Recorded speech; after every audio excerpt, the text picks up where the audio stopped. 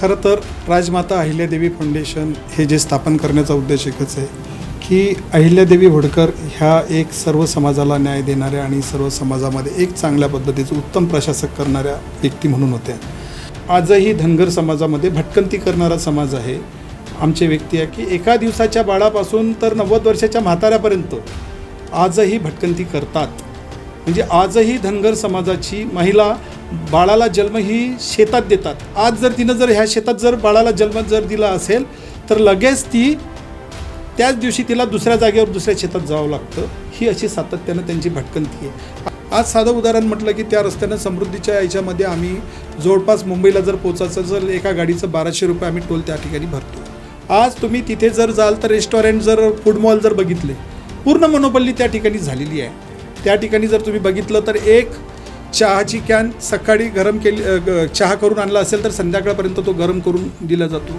तुम्ही साधे तिथले भजे वडे जरी काही खातो म्हटलं तर सकाळी काढले असतील तर दिवसभर तेच गरम करून जर एखाद्या कस्टमरनं जर म्हटलं की अरे बाबा तू इथलेच घेतले मला त्याला तू खायचे असेल तर खा नाही तर फेकून दे, अशा पद्धतीची जी रफ वागणूक जी आहे त्या ठिकाणच्या असलेल्या फूड मॉलवर म्हणजे त्यांची हुकुमशाही त्या ठिकाणी झालेली आहे. नमस्कार, मी आनंद पांडे. तुम्ही बघत आहात रिअल खबर पॉडकास्ट. आज मी चर्चा करणार आहोत. माझ्याबरोबर संतोष महात्मेजी आहेत, जे राष्ट्रवादी काँग्रेस पक्षाच्या जिल्हाध्यक्ष आहे, अजितदादा पवारच्या गटाचे आहे आणि अमरावतीमध्ये मोठ्या प्रमाणात काम करतात. आज माझ्या स्टुडिओमध्ये आहेत. त्यांच्याशी मी भरपूर चर्चा करणार आहोत. सगळे विषयांवर चर्चा करणार आहोत आणि ते मोठ्या प्रमाणात समाजसेवा करतात, मोठे मोठे पुरस्कार देतात. आज नमस्कार. नमस्कार. महात्मेजी, तुम्ही अमरावतीमध्ये आहात आणि अहिल्याबाई होळकरचा पुरस्कार तुम्ही दरवर्षी आयोजन करतात आणि मोठ्या प्रमाणात राज्याच्या उपमुख्यमंत्री अजितदादा पवार किंवा राज्यपाल हे सगळे तुमचे गेस्ट असतात. सध्या कोणाकोणा लोकांना सन्मान केलेला आहे, काय सांगाल आपण? खरं तर राजमाता अहिल्यादेवी फाउंडेशन हे जे स्थापन करण्याचा उद्देश एकच आहे की अहिल्यादेवी होळकर ह्या एक सर्व समाजाला न्याय देणाऱ्या आणि सर्व समाजामध्ये एक चांगल्या पद्धतीचं उत्तम प्रशासक करणाऱ्या व्यक्ती म्हणून होत्या. आणि खऱ्या अर्थानं त्यांच्या विचाराला साजेसे अशा पद्धतीचा उपक्रम करणं हे एक माझ्या मनाचा एक ध्यास होता. त्याच्यापैकी काय झालं आहे की ज्या अहिल्यादेवी होळकर ह्या जरी धनगर समाजाच्या असतील पण ही आमची एकमेव राजमाता अहिल्यादेवी फाउंडेशन अशी आहे की सर्व समाजाचा समावेश करूनच ते एक फाउंडेशन आमची तयार केलेली आहे. त्या फाउंडेशनच्या याच्यामध्ये कर्तृत्ववान स्त्रियांना आम्ही स्त्री शक्ती पुरस्काराने राज्यस्तरीय आम्ही आधी 2015 पासून सुरू केलेल्या आणि त्याच्यामध्ये राज्यस्तरीय देत होतो. परंतु आता याच्यामध्ये मागच्या त्रिशताब्दी महोत्सवाच्या निमित्तानं तो पुरस्कार आम्ही राष्ट्रीय पुरस्कार म्हणून केला. खरं तर राष्ट्रीय पुरस्कार देत असताना कलाक्षेत्र असेल, उद्योग असेल, प्रशासन असेल, सामाजिक असेल, समाजसेवा याच्यामध्ये जे वेगवेगळे आम्ही 5 पुरस्कार देतो आहे त्या पुरस्कारामध्ये कर्तृत्ववान स्ट्रगल महिलांना आपण देतो आहे. का माझं महिला कसा असतात, महिला काय करतात ज्यांना पुरस्कृत करता आपण? खऱ्या अर्थानं महिलांना आम्ही पुरस्कार दिल्याने की फार मोठ्या होतील अशातला भाग नाही आहे. तो पुरस्कार देत असताना आम्ही उद्देशच आमचा असा आहे की त्या कर्तृत्वाने आम्ही ज्या कर्तृत्वान महिला आहेत त्यांना पुरस्कार दिल्यानंतर त्यांची जी चित्रफीत आम्ही त्या ठिकाणी दाखवतो. तर दाखवत असताना आता उदाहरणार्थ जसं आमच्या डॉक्टर स्मिता कोल्हे आहेत, ते ज्यांनी अतिशय चांगल्या पद्धतीचं मेळघाटामध्ये काम केलेलं आहे. डीप फॉरेस्टमध्ये जाऊन किंवा मेळघाटामध्ये आदिवासींच्या सोबत जाऊन त्यांनी काम केलेलं आहे. जसं प्रशासनामध्ये आमच्या संगीताताई धायगोडे म्हणून आहेत, त्या प्रशासनामध्ये IAS अधिकारी म्हणून होत्या. त्यांचं तर जीवनपट जर बघितलं तर तुम्ही जर बघितलं तर त्याच्यामध्ये त्यांनी जे ग्रॅज्युएशन त्यांनी सुरुवात केली तेव्हा त्यांचे जे पतिराज जे आहे ते पोलीस डिपार्टमेंटमध्ये नोकरीला होते आणि 12वीमध्येच त्यांचं लग्न झालं होतं आणि याच्यात अल्पवयामध्येच ते ब्रेन हॅमरेजनं त्यांचे पतिराज निघून गेले आणि त्यांच्याकडे प्रशासनाने आणि समाजाने त्यांच्याकडे पाठ फिरवली. अशा परिस्थितीमध्ये त्यांनी ग्रॅज्युएशन कंप्लीट करून त्यांनी MPSCची एक्झाम दिली आणि MPSCची एक्झाम देऊन त्यांनी IASच्या याच्यामध्ये कॅडरमध्ये गेल्या. हे खरं तर हे म्हणजे काय झालं की आजच्या याच्यामध्ये जर असं जर कोणावर जर संकट आलं तर प्रत्येकजण हा आपलं दुःख मनात धरूनच बसतो. आमचा म्हणण्याचा उद्देश हाच होता का दुःख न भरता अशाही पद्धतीचे स्ट्रगल ज्या महिला आहेत त्यांनी चांगल्या पद्धतीचं कर्तृत्व करून अशा शिखर गाठलेला हा अनुभव आम्हाला जगासमोर ठेवायचा आहे. म्हणून तो आम्ही स्त्री शक्ती पुरस्कार ही आमची संकल्पना होती. अहिल्याबाई होळकर धनगर समाजाची होती. सध्या मी त्याच्यावर जाऊया आपण की धनगर समाजाचा विकास किती, ज्या सरकार आली आणि गेली, लोक आले आणि गेले, सगळे धनगर समाजांचे विषय काढतात, धनगर समाजांना मोठा करतात, त्यांच्या कार्यक्रमात जातात. पण तुम्ही धनगर समाजाच्या एक संस्था आहे मेडिपार, त्यावर तुम्ही काम करतात. त्या समाजांच्या लोकांच्या शिक्षणावर आणि जे त्यांचे कसं वाढणार, त्यांचं जीवन कसं जगणार, त्या सगळ्या विषयावर तुम्ही काम करतात. सध्या माझे जे दर्शक आहे त्यांच्या तुम्ही तोंडीने सांगा की आत्तापर्यंत त्यांचा विकास कसा झालेला आहे, त्यांना न्याय मिळाला का?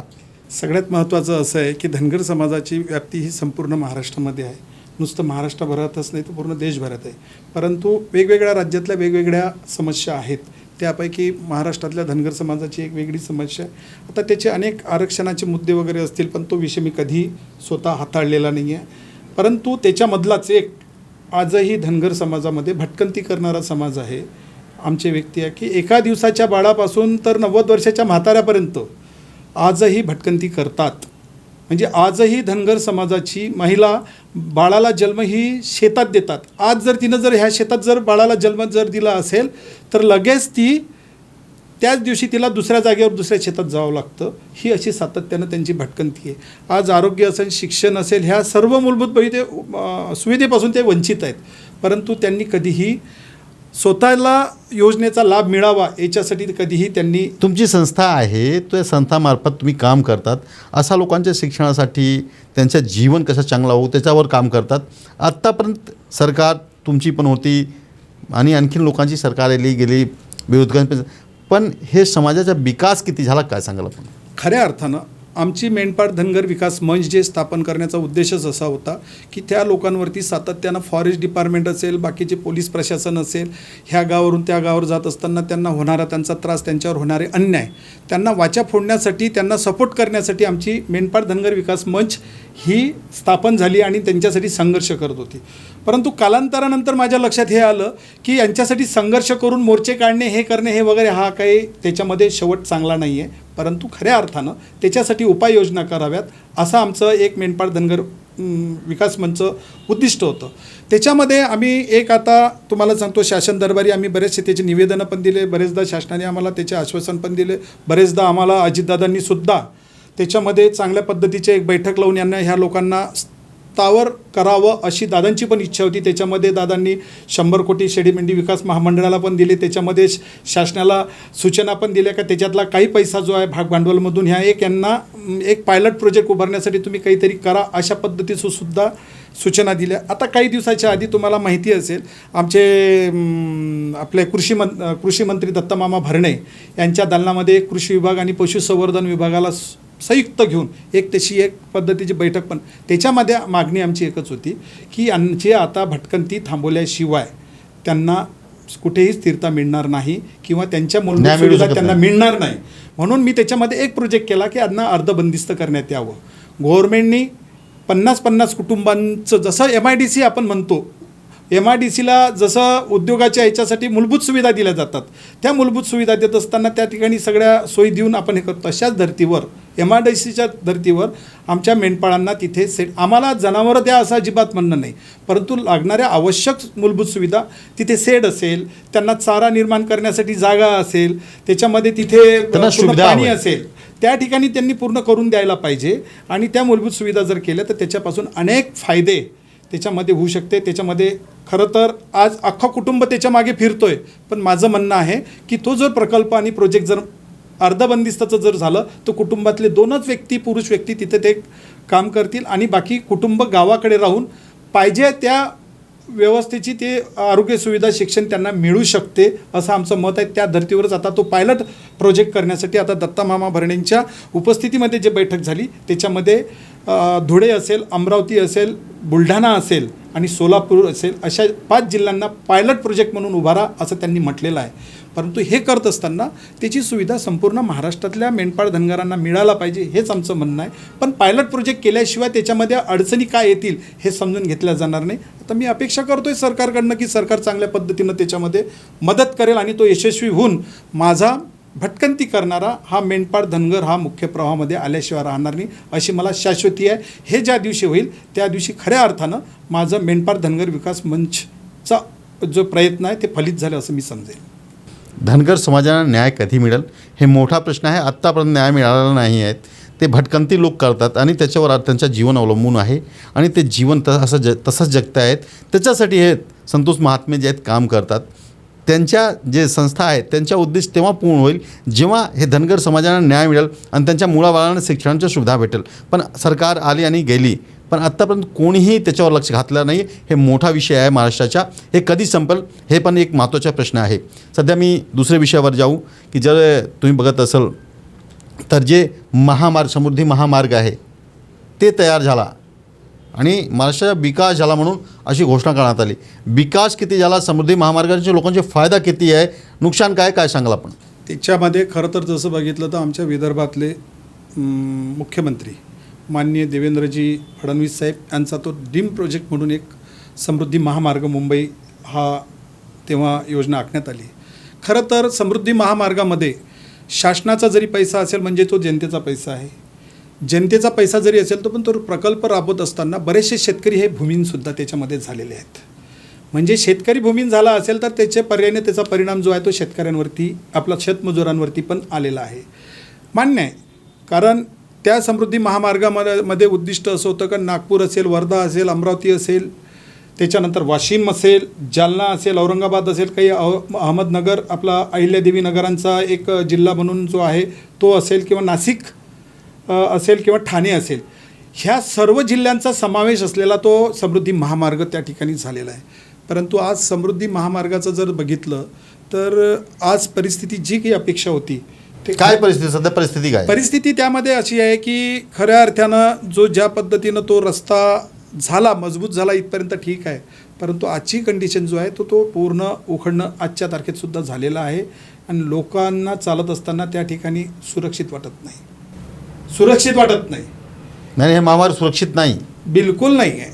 परंतु मला त्याच्यामध्ये आणखी दुसरा विषय एक म्हणावा लागेल की जो समृद्धी महामार्गाचा जो ज्या पद्धतीनं सर्व ओहापोहा आणि त्या याच्यामध्ये केलं, आमचे दिवंगत नेते आमचे आदरणीय अजितदादा असतील, त्यांची पण फार मोठे स्वप्न होते, त्यांनी पण तशा पद्धतीचे प्रयत्न केले. आज साधं उदाहरण म्हटलं की त्या रस्त्यानं समृद्धीच्या याच्यामध्ये आम्ही जवळपास मुंबईला जर पोचायचं जर एका गाडीचं 1200 रुपये आम्ही टोल त्या ठिकाणी भरतो. पण त्या ठिकाणच्या असलेल्या मूलभूत सुविधा कशा पद्धतीच्या असायला पाहिजे. आज तुम्ही तिथे जर जाल तर रेस्टॉरंट जर फूड मॉल जर बघितले, पूर्ण मोनोपॉली त्या ठिकाणी झालेली आहे. त्या ठिकाणी जर तुम्ही बघितलं तर एक चहाची कॅन सकाळी गरम चहा करून आणला असेल तर संध्याकाळपर्यंत तो गरम करून दिला जातो.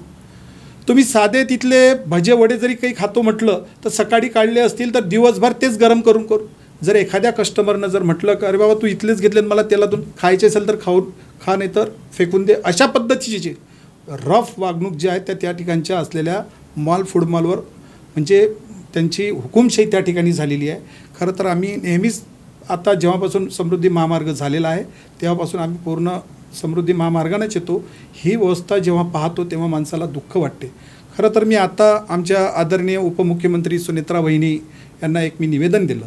त्याच्यामध्ये मी म्हटलं आहे की यांची जे फूड क्वालिटी आणि हे जे सर्व लोकांना एकदम घातक आहे, याच्यामध्ये चांगला आहार आणि चांगलं फूड देण्याच्या दृष्टिकोनातून प्रामाणिकपणे जर कोण काम करत असेल तर महिला बचत गट करते. अशा ठिकाणी प्रत्येक पेट्रोल पंपच्या तिथे जिथे फूड मॉल असेल त्या ठिकाणी त्या जिल्ह्यातल्या स्थानिक महिला बचत गटांना एक स्टॉल उभारून देण्यात यावा की जेणेकरून ती ताजं झुणका भाकर बेसन वगैरे भाजीपोळी, वरण भात भाजीपोळी किंवा जे काही एक आपला त्यांचा ग्रामीण भागातला असलेला कुठले उपमा असेल किंवा आम्ही ते गव्हाचा बनवलेला पापडा म्हणू, अशा पद्धतीचे खाद्यपदार्थाची सुविधा त्या ठिकाणी चांगली उपलब्ध होऊ शकते आणि त्या ठिकाणच्या ग्रामीण भागातील महिलांना त्या ठिकाणी आपण चांगल्या पद्धतीचा रोजगार देऊ शकतो. ही एक मांडणी मी आज मागच्याच आठवड्यात आम्ही सुनेत्रा वहिनींकडे केली. सुनेत्रा वहिनींनी तशा पद्धतीचं त्या मंडळाचे अध्यक्ष, त्या खात्याचे मंत्री एकनाथजी शिंदे साहेबांना आणि मुख्यमंत्र्यांना त्यांनी पत्रसुद्धा दिलं. मी अपेक्षा करतो की अशा पद्धतीचं जर त्याच्यामध्ये जर महिला बचत गटाला जर स्टॉल उभारणीसाठी जर संधी मिळाली तर निश्चितपणे त्या ठिकाणी होईल. आणि जर तशा पद्धतीचा जर विचार होत नसेल तर संपूर्ण बचत गटाला घेऊन आम्ही आमच्या आंदोलनाची सुद्धा भूमिका राहील. कारण तो शेतकऱ्यांच्या शेतातून गेलेला रस्ता आहे, प्रोजेक्ट आहे, प्रकल्प आहे आणि मोठ्या प्रमाणात ग्रामीण भागाच्या लोकांच्या जनतेच्या पैशातून झालेला तो रस्ता आहे. म्हणून त्या ठिकाणी व्यवसायासाठी त्या लोकांना संधी मिळावी अशी माझी अपेक्षा आहे. आता मी थोडंसं मागे जाऊया. अजितदादा पक्षाचे अध्यक्ष होते, पक्षाचे नेते होते, त्यांच्या गेल्यानंतर पक्षामध्ये काय हालचाली सुरू आहेत? खरं तर अजूनही मी स्वतः, कारण मी जिल्हा अध्यक्षाची माझ्यावर जबाबदारी खऱ्या अर्थानं त्यांनीच माझ्यावर दिलेली आहे, अजितदादांनी आणि तटकरे साहेबांनी. पण दादा गेल्यानंतर जो शॉक आहे, जो धक्का आहे, त्याच्यातून मी सुद्धा स्वतः अजूनपर्यंत निघालेला नाही आहे. आणि माझा राष्ट्रवादीचा सच्चा कार्यकर्ता किंवा राष्ट्रवादीसुद्धा त्याच्यातून बाहेर निघालेली नाही आहे. आणि अशाच परिस्थितीमध्ये ज्या की वाटचाली ज्या पक्षाच्या चालू आहेत, त्या पक्षाच्या वाटचालीमध्ये आम्ही त्या नेत्यांच्या नेतृत्वामध्ये आम्ही आमचं चांगल्या पद्धतीनं काम करतो आहे.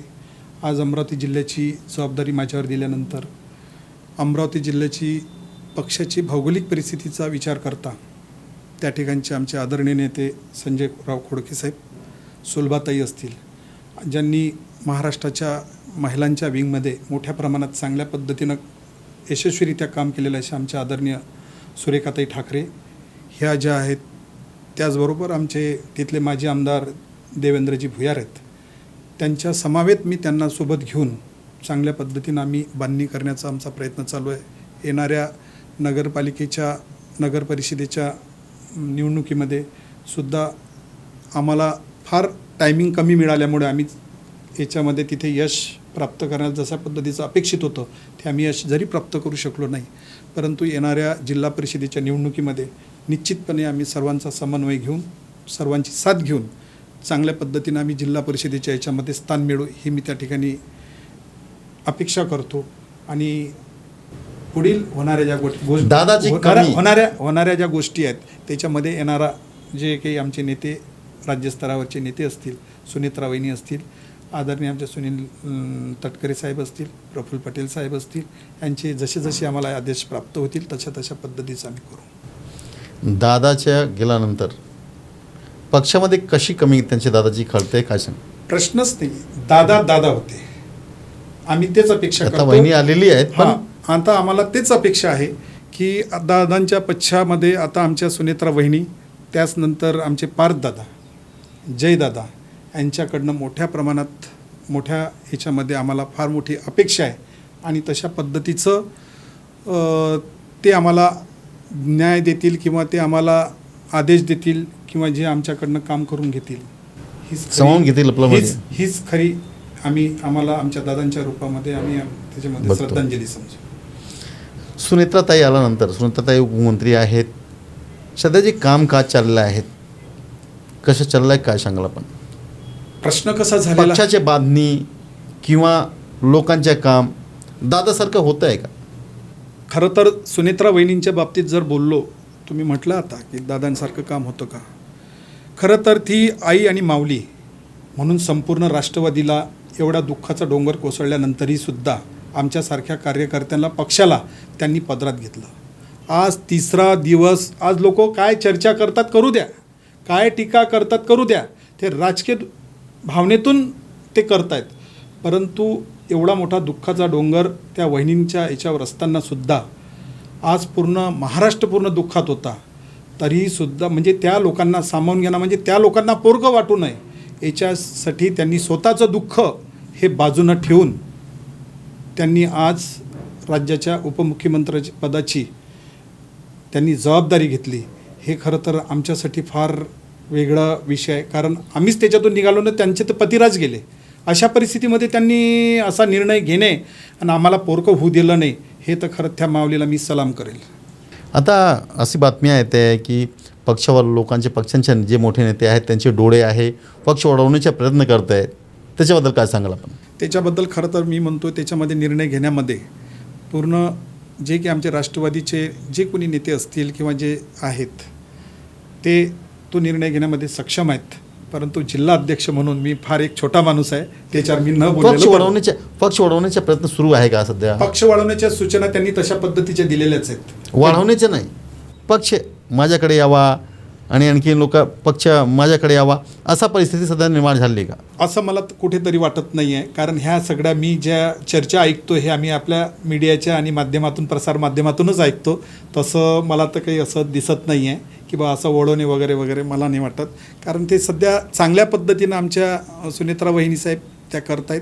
प्रदेशाध्यक्ष म्हणून तटकरे साहेब पण चांगल्या पद्धतीनं काम करतात. शरद पवार आणि सुप्रियाताईच्या शरद पवारजींच्या आणि सुप्रियाताईंच्या कसा सपोर्ट पक्षाला भेटतंय का कुठेतरी? हे बघा, शेवटी कसं आहे की दादाचे गेल्यानंतर नाही. आत्ताची सध्या परिस्थिती जी आहे, नाही प्रश्नच नाही आहे त्यांच्या सद्भावना आणि त्यांचं. कारण शेवटी कसं आहे, राष्ट्रवादी ह्या नावाचं वटवृक्ष जे आहे ते लावणारे आदरणीय पवारसाहेबच आहेत. त्याच्यानंतर पवारसाहेबांच्या साथीला आपले आदरणीय अजितदादा असतील, सुप्रियाताई असतील, आणि पडद्यामागून सुनित्रा वहिनींनी सुद्धा चांगल्या पद्धतीनं काम केलेलं आहे. त्याच्यामध्ये आमचे सुनील तटकरे साहेब असतील, प्रफुल्ल पटेल साहेब असतील, यांची सगळ्यांची साथ होती म्हणून हा पक्ष इथपर्यंत हे झालेला आहे. आणि राहिला प्रश्न कसं आहे की हा कोणीही वटवृक्ष आपण लावलेला जो असेल त्याचं रक्षण कोणीही करो, परंतु शेवटी लावणारा जो आहे त्याला प्रत्येकाला वाटतं का आपला हा वृक्ष सुकला नाही पाहिजे, त्याच्यासाठी आपण प्रयत्न केला पाहिजे. अशा पद्धतीचा प्रयत्न पवारसाहेब आणि सुप्रियाताई करतात. कार्यकर्त्याचं जे मन आहे त्याच्यामध्ये धाकधूक सुरू आहे का, की पक्षाचं काय होईल, दादाचे गेल्यानंतर आम्हाला कोण सांभाळून घेतील, असा पण प्रश्न निर्माण झालेला आहे? नाही, आता हे कसं आहे, याच्यामध्ये ते शेवटी पवार कुटुंब आहे. पवार कुटुंबांच्या हिशोबाने ते त्यांच्या याच्यामध्ये ते काम करत आहेत. कारण त्यांना पूर्ण महाराष्ट्राचा आवाका आहे, पूर्ण पक्ष कसा सांभाळायला पाहिजे हे पण आहे, त्याच्यामध्ये कशा पद्धतीचं राजकारण केलं पाहिजे हे पण त्यांना पूर्ण जाणीव आहे. निश्चितपणे ते चांगल्या पद्धतीनं सर्व एकत्रित येऊन कदाचित काम करतील असं मला वाटतं. दोघं पक्ष एकत्र येईल का? येणारा काळ ठरवेल. थँक्यू. आमच्याशी बोलल्याबद्दल खूप खूप धन्यवाद. धन्यवाद.